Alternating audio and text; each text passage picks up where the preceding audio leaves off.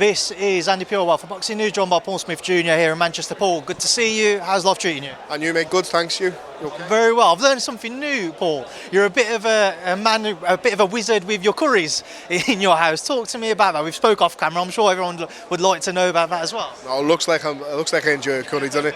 No, I always see your posts on the railway. I'm gonna have to go there when I'm in Birmingham. We're gonna drive over and sample the goods. But as I said to you before, there's not many curries or food that I look at that I think is nice, because I can actually cook myself. My friend Sonny taught me how to cook a good curry. I don't eat them out of jars no more, and I certainly don't have them out of takeaways if they're not good enough. There's a couple of places I'll go to have a good curry. I like to think of myself as a little bit of a jar connoisseur on curries, as we say in Liverpool. But no, I like it. I like that type of that style of food. I like that type of cooking. To be honest with you, I didn't ever think you could put a load of spices in a pan with a couple of tomatoes here and there and then create a curry, and I was just assumed it was out of a jar from when I was growing up and when we were younger, or a takeaway. But yeah, I like them. I'm looking forward to getting the railway, seeing what this fuss is about. Listen, you'll be very, very happy with what will be delivered on the night. But away from all of that talk, Ste Clarke returns. He's been active, and it's so important for fighters, especially at this stage in their career, to be so. What have you made of his journey so far in the pro ranks? How are you finding that he's taken to the professional ranks? I'm buzzing for him. He's doing really well. He's improving at the right pace. Excuse me. He's impressing in the gym. He's looking good. He's got a massive engine on him, and I think the more he steps up in rounds and the sooner we get him to the bigger fights, the better. But you know, he's taking everything in stride at the moment. He's doing well. He's earning good money because he's a big ticket seller, and he's doing really well. And he's taking it all in stride, as I've said. You know, he's a pleasure to manage. I'm trying to whisper a bit because he's standing right behind you, but he's a dream to manage. There's no bother. You know, I tell him one thing and he's done. I'm sure my brother Stephen, who trains him in the gym, says the same. You know, you don't have to tell him twice to do anything. He's disciplined, dedicated, 100% professional about his job, and that'll stand him in good stead for the future. There's something which you can probably speak a little bit louder on is, what do you want him to show in his next outing? Just that he's improving.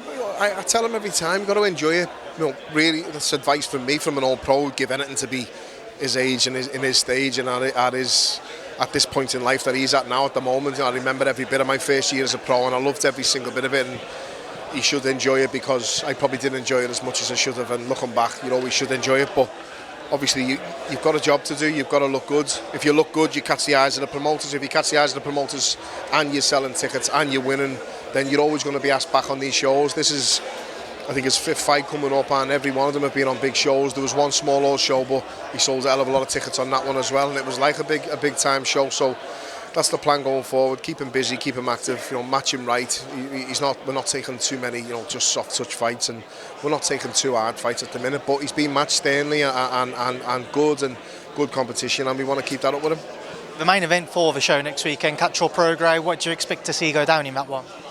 I think it's a very good fight, and the Prograis that we've seen against Josh Taylor, and that was some fight. I was sitting in the front row, luckily enough, for that one, and I'm a big fan of his. I think he's good, but I'm also a massive fan of Jack Catterall, and I hope Jack does the business. I think you know, he'll have a good little following behind him next Saturday night. I keep meaning to say this Saturday because of this workout now, but I fancy Catterall, and I think should everything go to plan, I think he should win, probably get a points victory. And onward to bigger things, but this is a tough test for him.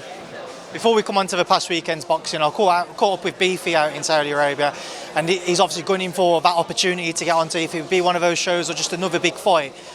What do you think's most likely for him, and do you take confidence from him being out there, being in and amongst it, that maybe Turkey Al Sheikh might have an opportunity for him in the future? I think anyone should want Liam on the bill. When's he ever in a boring fight or a dull fight? He's never been in a dull fight in his life. He's a top quality operator. He's mixed it at the very best level, the highest level. Never ever disgraced himself, apart from maybe his last fight, which he wants to erase and get out of the memory. But as I say, and as everyone who knows him will tell you, obviously it was him in there taking the shots that he took, but it wasn't him, the real Liam that we all know. You know, and the training camp and the injuries, everything caught up with him in that. But he wants to put that right. I'm pretty certain of that, and when we see him next time, he definitely will put that right. But with these shows, I think you'd be foolish not to have Liam involved in any of these shows coming up in the big shows, and I'm sure Turkey Al Sheikh will have him involved in future. What did you make of Eubank Jr.'s performance? I said on Twitter at the time, I think he's an accident waiting to happen, and don't put that up as the headline, Eubank's an accident waiting to happen, but we've said that, we as in probably Liam, me, Stephen, people who watch him, people who know what Liam did to him in the first fight. If Liam was anything near his best, that would have happened again in the second fight. I just think he's fighting for money. I think he's there to try and get the biggest paydays that he possibly can, probably without embarrassing. Look, that opponent the other day, you know, with all due respect, it's someone that shouldn't even be in the same ring as him, but that's the fight that he chose, that's the fight that, the route that he's going down. It certainly was nowhere near a 50-50 fight, it was probably a 90-10 fight. He still got clipped a couple of times. I don't think the durability's there that he had anymore, and this isn't just putting him down, that's just my opinion on what I'm seeing in boxing. But I wouldn't mind being in this position now, being in a position to have these big money fights and being in a position to still be able to fight and still be able to see the remainder of my career out. So it can't all be negative, but he's had an unbelievable career given that he's never won a world title, a legitimate world title. He's made a hell of a lot of money, and at the end of the day, that's what a lot of boxers are in it for. So you can't knock him, you can't do nothing but respect him, but boxing-wise, I think it's the end is certainly near. With regards to Callum, obviously we had that undisputed light heavyweight bout last weekend. We know that he's got that desire to try and become a two-weight world champion. Most would probably say if he's going to achieve that, he needs to try and get active now. So where do things sit with him trying to do so? I don't know, again, I haven't really spoken to him about it. I know he wants to get busy, I know he's got to get a fight quick, and if he gets that fight quick, then that'll put him in good stead for the titles, because he's obviously going to be ranked very highly in the rankings, and I can't see all the belts staying together. I've heard the rumour the IBF have maybe called for a mandatory. It's not about belts in that fight. There's been an undisputed now. They could probably vacate all four of them, Beterbiev, and that fight will still happen and still have the eyes on it, and I would certainly still be interested in that fight. But there's a lot of light heavyweights in and around that mix who've maybe fell short against either of those that are looking to get in the mix and win a title, a vacant title, and Callum is certainly one of them. That main event, what did you make of it? How did you score it? Because it certainly seems to be, people in the arena had it for Bivol, people back home having for Beterbiev. How did you see the fight? I've seen very knowledgeable people whose opinion I respect a lot, Carl Frampton and people like that, and they've gone against what I think. I in my opinion, had a 7-5 Bivol. I can't see how Beterbiev won 8 rounds at all, never mind, you know, possibly 7. But as I said, you sound contradicted, but I had a 7-5 Bivol, but I can see why it's been given 7-5 to Beterbiev. I can see why it would have been given a draw. I would have had no complaints with a draw. But in my opinion, there was 2 close rounds, probably the 4th. I think I had a 3-1 to Bivol after 4 rounds. I saw other people had a 4-0, other people had a 2-all. For me, I had a 3-1. From then on in, I think Bivol did enough in the fight. He's done unbelievable to keep Beterbiev off. I've seen Beterbiev up close and know how strong and he's on you like a rash. He doesn't let you breathe, but I don't think it screams robbery. It's just one of them fights. I think we score fights nowadays, I score fights nowadays, and then you say after, but I can see why it's been given, because you know a judge isn't going to be as competent as others. That one judge, you can't only give Bivol 4 rounds in a fight. There's an argument that he won the first 4. He certainly won probably 3 of the first 4 in my opinion, but that's the shit side sometimes of boxing. It's only people's opinions, and some people's opinions are not as educated as others, and there's some great judges out there. It's a difficult job.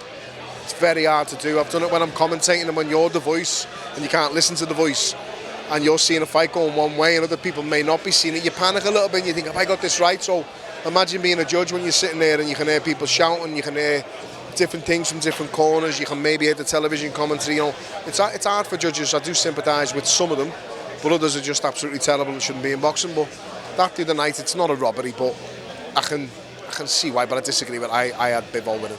There's some other fights on the card. Fabio Wardley with a devastating first round knockout. In the moment, I think there was a lot of concern for Fraser Clarke. It's good to see that he's back now and he seems to be a lot better, but what did you make of that?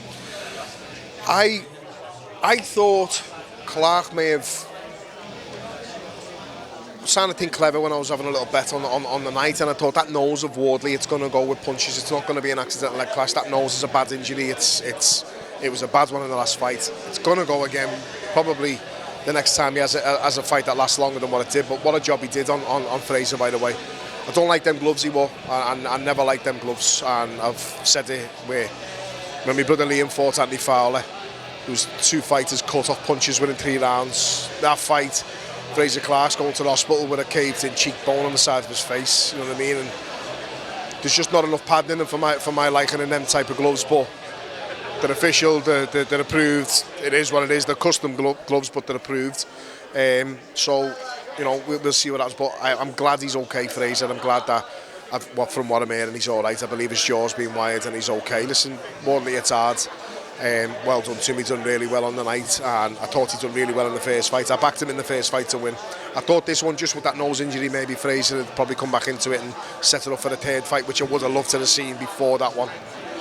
The other fight which created a lot of talking points around it was the Ben Whittaker and Liam Cameron fight. How was you seeing the fight up until they both toppled over the top rope, and what did you make of the fight coming to a halt in that fashion? Again, I wasn't scoring. I'm watching on the couch with me missus and the kids, and we've got a madhouse. There's noise everywhere. I'm watching the fight. I had it close, but in my opinion, the old rules used to be if you can't get up and finish the round, you lose the fight. And I don't know why it went to the scorecards, but they're the rules, so it did. I think a lot of people love the idea of being a fighter. They don't really like what it is to be a fighter, and there's an argument he's looked for a way out. I'm sure he is injured. I'm sure there is an injury there. I just don't know. There's a lot of question marks over his ticker for me there, and I felt he had another gear or two to up in the fight as well. No disrespect to Cameron, I really like Cameron. I'm buzzing for him. He's done unbelievably well to turn his life around. His manager Leighton's a brilliant lad as well. I made up for them as a team, but I felt Whittaker probably had another gear to step up. If he didn't, then he's in trouble. If he didn't, but I felt like he did, and he might have turned the fight round. But I also felt that the tide was turning and Cameron was getting on top. Whether we see that again, who knows? But I wouldn't like to be in Ben Whittaker's shoes at the moment. I think he's going to be in for a lot of stick, and deservedly so. I think arrogance will always catch up with you when you have an off night, and I think there's a lot of arrogance with him. And listen, that arrogance is confidence as well. Not maybe, you know, being maybe a bit cocky, but that's how he is. That's how he is as a person. That's up to him. But I think he's been very humbled now, and he has to go back to the drawing board and really have a think about his persona, his ability, his desire. Does he want to be a fighter? Because it didn't look like at the end of that for me.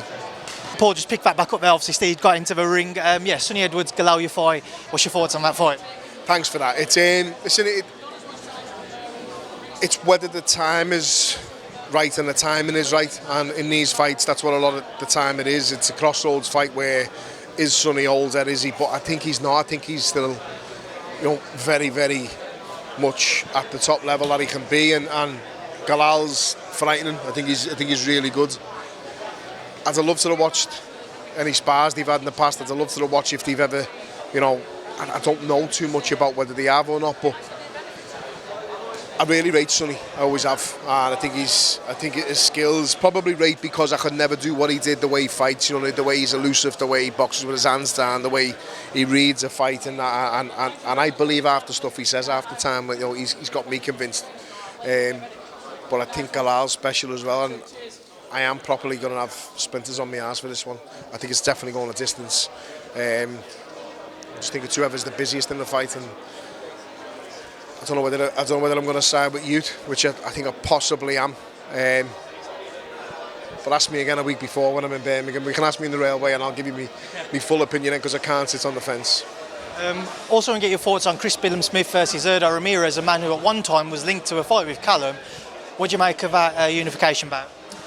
Good fight. I think Ramirez is just a little bit too guilty in the past to be in one pace and boxing a bit within himself. And Billam-Smith's doing really well at the minute. He's riding the crest of a wave. Obviously, it's a massive opportunity for him, but it's also a big opportunity for Ramirez.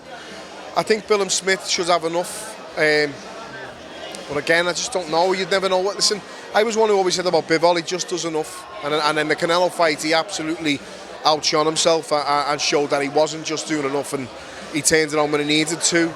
Can Ramirez do that on this one? I'm not sure, but I fancy Billam-Smith, to be fair. Just final one from me, Paul. Joshua Dubois, there's a lot of talk about that rematch taking place. Do you think it's the correct move? And how do you think a rematch would go if we did see that take place next year?